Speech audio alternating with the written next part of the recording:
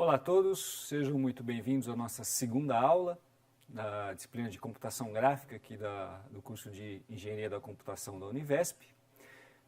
Hoje a gente vai falar um pouco sobre a produção de modelos geométricos, né, ou a criação de modelos geométricos, né, que servirão de base depois para a projeção e para a transformação desses modelos em imagem.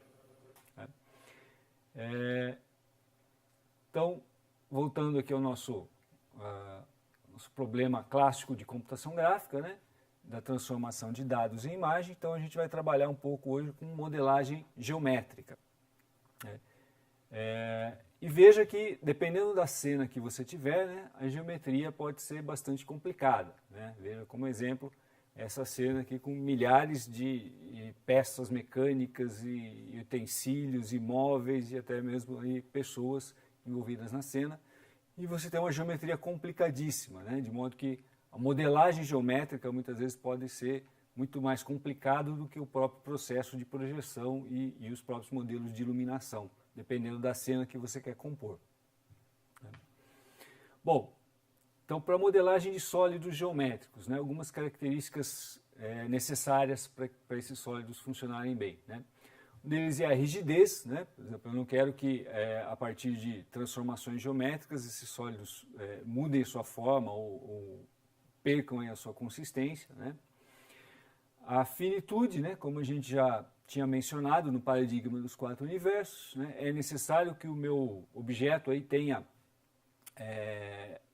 uma quantidade, né? Ou seja definido por uma quantidade finita de símbolos, para que caiba na memória do computador, né, para que seja eficiente na memória do computador, né, de preferência que esses símbolos não sejam, a quantidade não seja muito grande, né.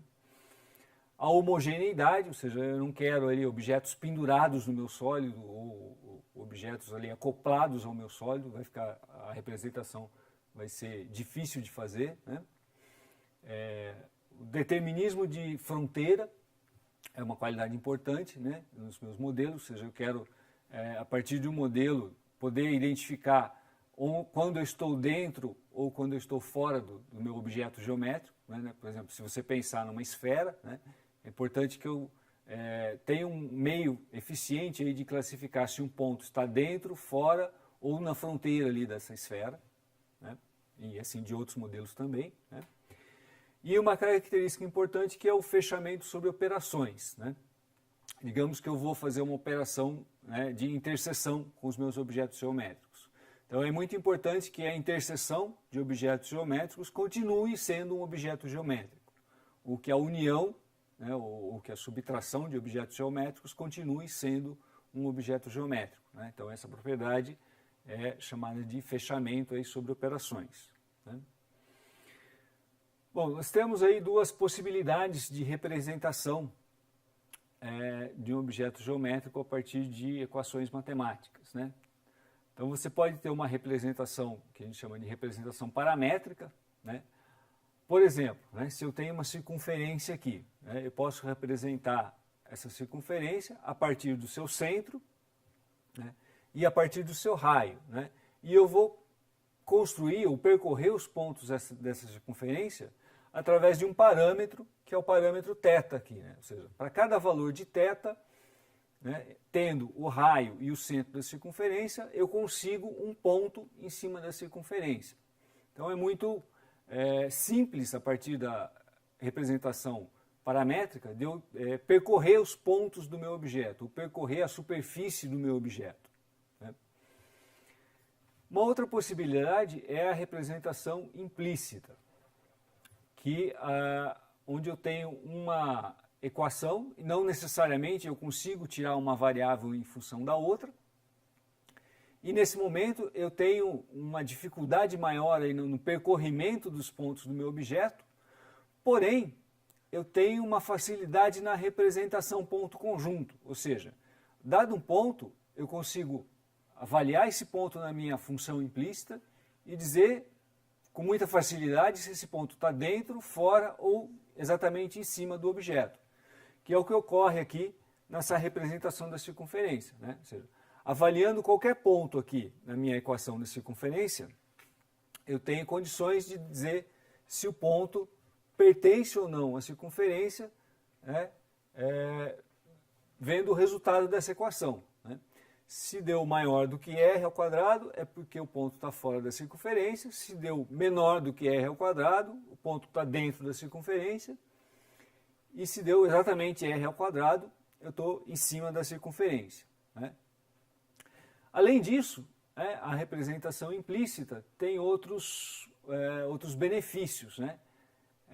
Essa representação implícita permite que você faça operações unindo objetos simples com o objetivo de construir um objeto mais complicado. Então eu posso fazer interseção de objetos, união de objetos simples, ou mesmo subtração de objetos mais simples, de modo a obter um objeto, um sólido mais complicado. Né? Esses aqui são alguns exemplos. Né? E essa técnica é conhecida como CSG, né? Que vem da palavra em inglês Constructive Solid Geometry, né? Onde a ideia é você obter aqui um objeto mais complexo a partir da interseção, união e subtração de objetos mais simples. Né? Uma outra vantagem da representação implícita é que a superfície pode ser bastante complicada. Aqui, nós podemos ver aqui uma taça onde foi derramado um líquido vermelho, aqui o líquido se transbordou. Né? E a superfície que representa esse líquido está sendo definida por uma função implícita. Uma função bem mais complicada do que uma função de circunferência, mas, no entanto, uma função implícita. Então, exatamente o algoritmo que eu queria discutir com vocês hoje é o algoritmo de como converter uma função implícita em um objeto geométrico utilizável aí pela computação gráfica. Tá? Uma outra vantagem aqui da representação implícita é que as operações booleanas, ou seja, as operações de união, interseção e subtração, ficam relativamente simples de serem feitas. Né? Por exemplo, se eu tenho duas funções implícitas e eu quero obter a união dessas duas funções, ou a união dos dois objetos definidos por essas funções, basta eu considerar o valor mínimo dessas duas funções. Né? Se eu quero a interseção, basta considerar o máximo entre f1 e f2. Né?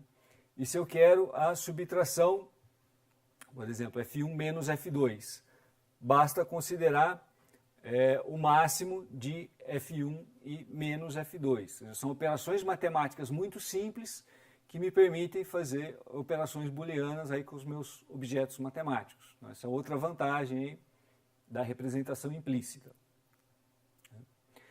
Então, vamos ao nosso objetivo aqui da aula de hoje. Né? Então, digamos que eu tenho uma superfície, eu vou dar um exemplo bidimensional, mas tudo que eu falar para 2D vale para 3D também.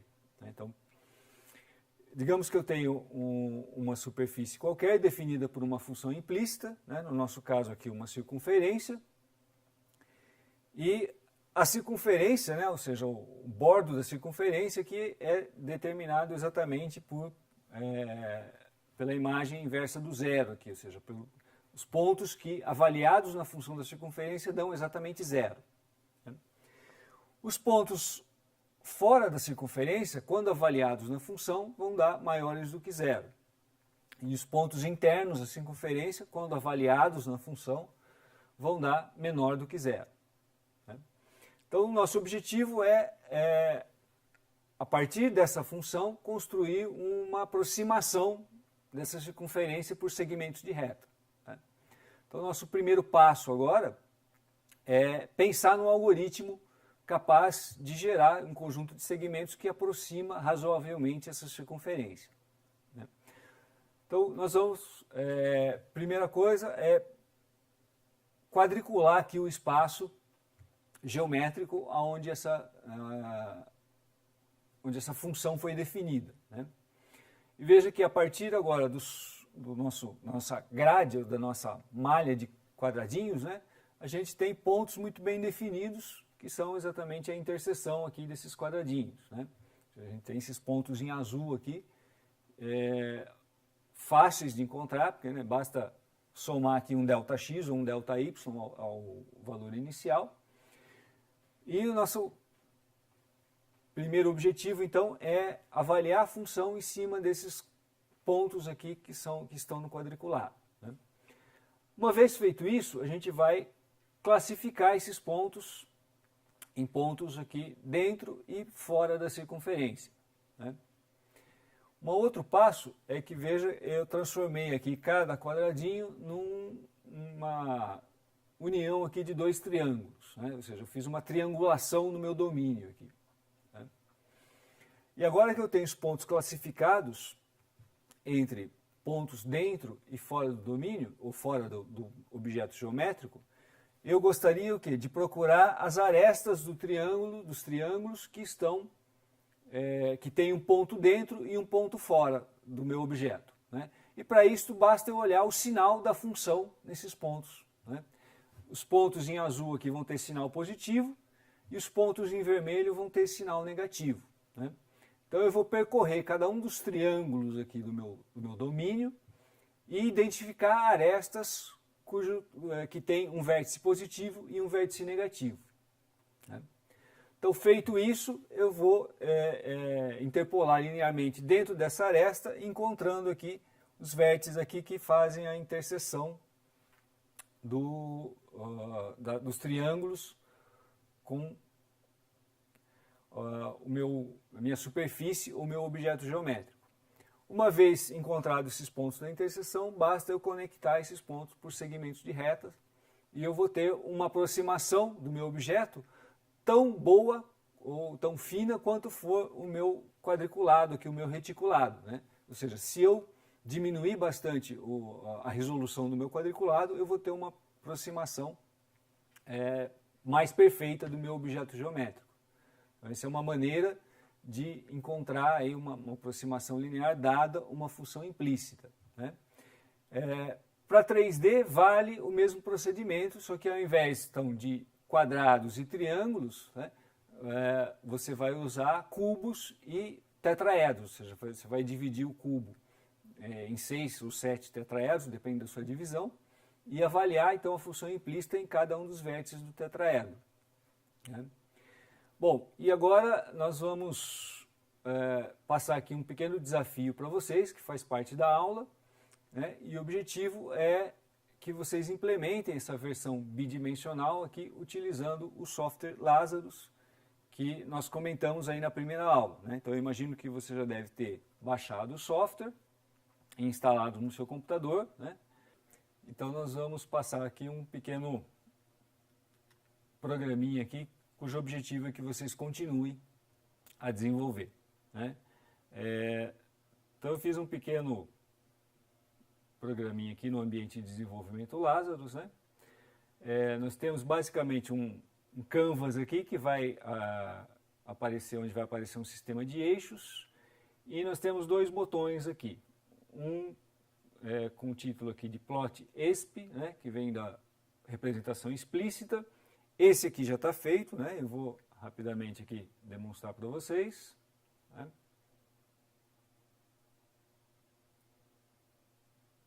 Ele vai compilar aqui, vai gerar um executável, né? E quando a gente clicar no botão aqui Plot Exp, então vai aparecer, né? Aqui está fora de padrão, mas se você tiver numa tela quadradinha, vai aparecer uma circunferência mais redonda do que essa, né? E o objetivo então é que você complete a programação aqui do plot imp, né? Que deve, vou ter que clicar aqui primeiro, né? Nesse botão aqui deve acontecer o quê? Então vai ter um procedimento aqui vai mudar a cor do lápis aqui para azul, né? Você vai ter os eixos plotados aqui, né? Eu vou mudar a cor aqui para azul, como eu já tinha dito, né? E tem aqui o plot curve imp, né? Que é um procedimento que você deve implementar, né? Eu separei aqui algumas curvas implícitas para você testar, né? Que está aqui, ó, a primeira delas, né? É essa função aqui, que é x ao quadrado mais y ao quadrado menos 4, né? Portanto, uma circunferência de centro zero e raio 2, igualzinha à nossa circunferência que estava na representação paramétrica, né? Então o objetivo é que ao final da sua programação apareça essa circunferência na tela, né, na cor azul, né? E você vai poder então depois salvar essa imagem e compartilhar com os colegas ali no fórum de discussão, né? O objetivo é que apareça alguma coisa similar a isso que está aqui, né? Mas o software deve ser flexível o suficiente para que eu troque as minhas funções implícitas para funções mais complicadas, né? Então, por exemplo, se eu colocar uma função aqui mais complicada, né, deve aparecer uma figura mais complexa na tela, né, parecida com o que vocês vão ver agora, né, nessa execução aqui do programa, né? Isso, uma coisa mais, né, parece uma pedra que torta, um ovo, sei lá, né? Mas o objetivo é que funcione, em princípio, para qualquer função implícita e não apenas para a circunferência que nós tínhamos aí com a equação determinada. Então eu vou deixar essas 3 equações e o objetivo é que vocês postem ali no fórum as 3 figuras aí geradas por essas 3 equações. Então por hoje é só, muito obrigado e até a próxima aula.